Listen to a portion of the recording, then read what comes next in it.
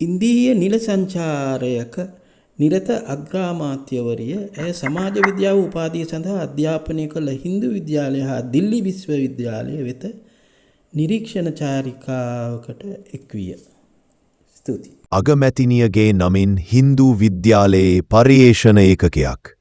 ඉන්දීය නිල සංකාරයක නිරත අග්‍රමාත්‍යවරිය ඇය සමාජ විද්‍යාව උපාධිය සඳහා අධ්‍යයනය කළ හින්දු විද්‍යාලය හා දිල්ලි විශ්වවිද්‍යාලය වෙත නිරීක්ෂණ චාරිකාවකට එක්විය.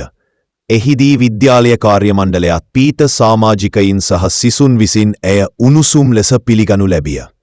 අග්‍රමාත්‍යවරියගේ ජයග්‍රහණය සැමරීම සලිතුහන් කරමින් හින්දු විද්‍යාල පරිශ්‍රයේ හරිනි අමරසූරිය සමාජ සහ ජනවාර්ගික පර්යේෂණාගාරය නම් නව පර්යේෂණ ඒකකය විවෘත කරන ලදී. එයට අනුව ඇය ඉගෙනගත් පන්ති කාමර නැරඹීමටද එක්වී ශිෂ්‍යාවක් ලෙස ගත කළ කාලය පිළිබඳ අත්දැකීම් සිසුන් හා කාර්ය මණ්ඩලය සමග බෙදාගත්තිය.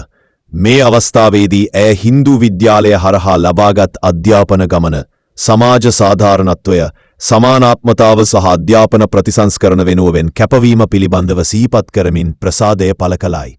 සිසුන් අමතමින් ඇය පැවසුවේ අධ්‍යාපනය යනු හුදෙක් තම අනාගතය සුරක්ෂිත කර ගැනීමක් පමණක් නොව, එමගින් අන් අයගේ අනාගත අභිවෘද්ධිය සඳහාද අපව සූදානම් කරන ක්‍රියාවක් බවය.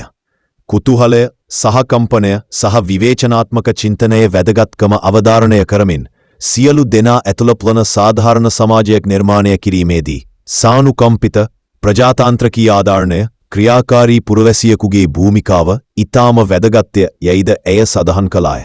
හින්දු විද්‍යාල නිරීක්ෂණ චාරිකාවෙන් පසු අග්‍රාමාත්‍යවරිය තූසාන 15 වසරේදී ඉන්දිය රජය මගින් ක්‍රම සම්පාදන කොමිසම වෙනුවට පිහිටුවන ලද ප්‍රතිපත්ති සංවර්ධන සහ පර්යේෂණ ආයතනය වන නිති ආයෝග හෙවත් ඉන්දිය පරිවර්තනය සඳහා ජාතික ආයතන වෙතද නිරීක්ෂණ චාරිකාවක් සිදු කළාය.